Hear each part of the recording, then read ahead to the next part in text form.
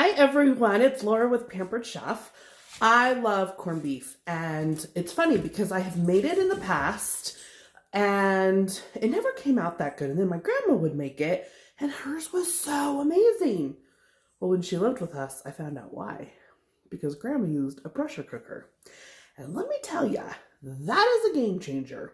So let's get going. Now you're gonna want to allow about 2 hours, okay, to do this.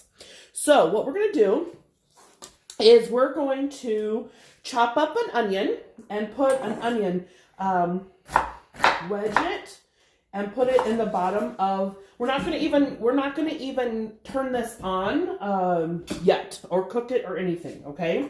That was an onion I had that I used part of last night, so I have another little small one I'm gonna throw in. This recipe, guys, is so easy, okay?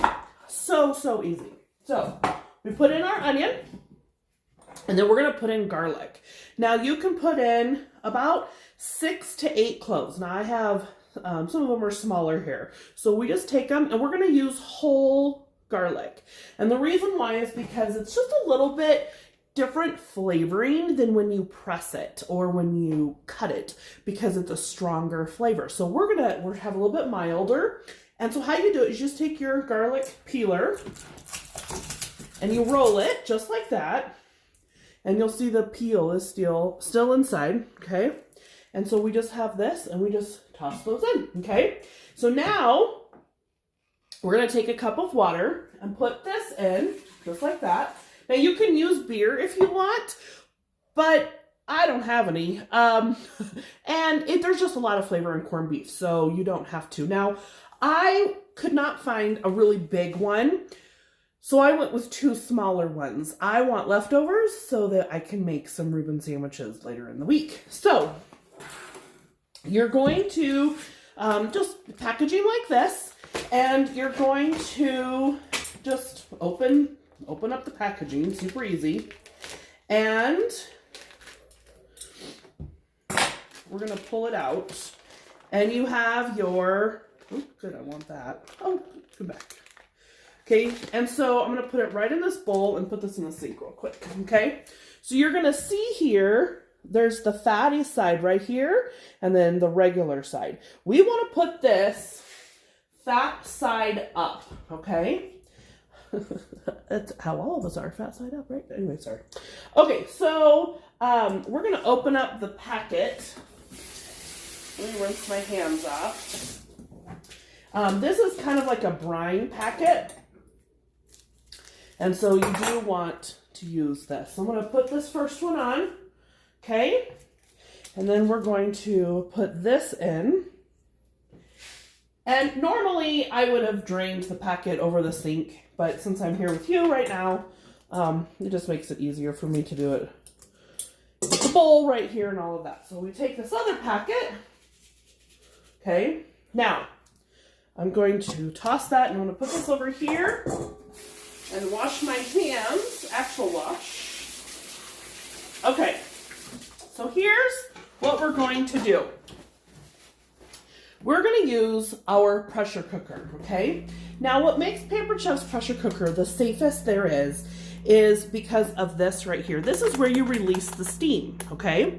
So when it's like this, that means the steam is going to come out. Now this is not going, this should be pretty easy to remove, okay?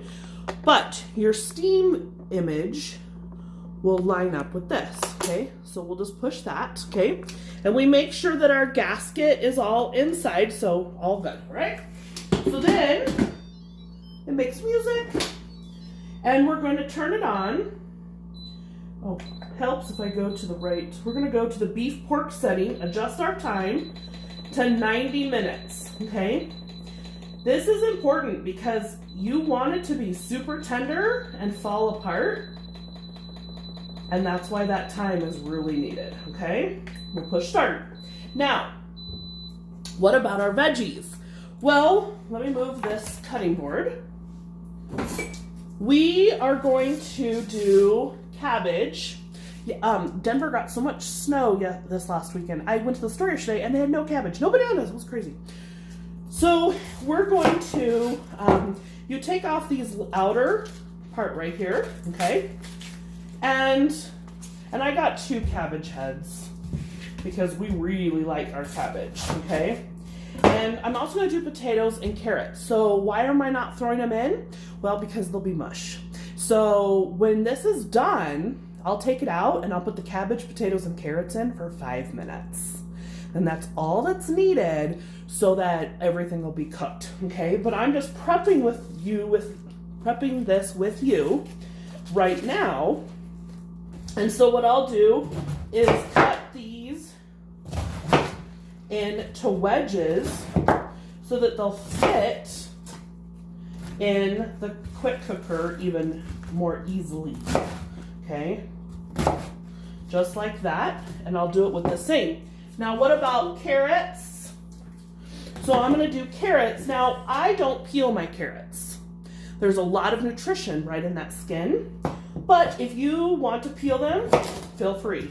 I just wash mine really, really good and then go on my merry way, okay? So this is all I do to prep, just like that, okay? And I'll probably add some more. And then, because we haven't had potatoes in a little bit, we're gonna add potatoes as well. Now, if you wanna peel your skins, again, it's a personal preference. I don't peel a whole lot of stuff.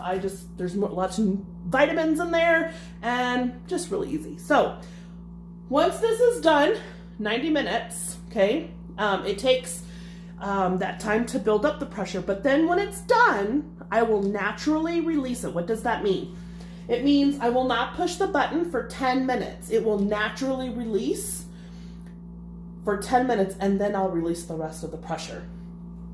That helps your meat cook and it just does a better job, especially with meat, because it allows your meat to rest, which allows it to be juicier. So this is one of my most favorite toys in the kitchen. So I will post the recipe in the comments as well in the main part of this post. So super, super easy.